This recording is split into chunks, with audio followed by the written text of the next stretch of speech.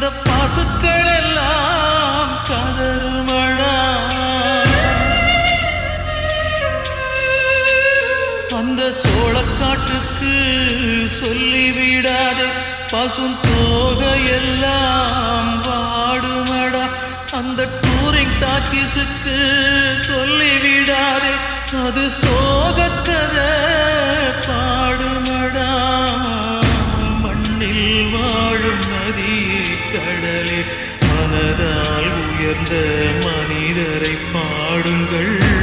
இன்னும் ஒரு ஜென்மம் இவர்கள் பூமியில் பிறந்திட சாமியை கேளுங்கள். சொந்தம்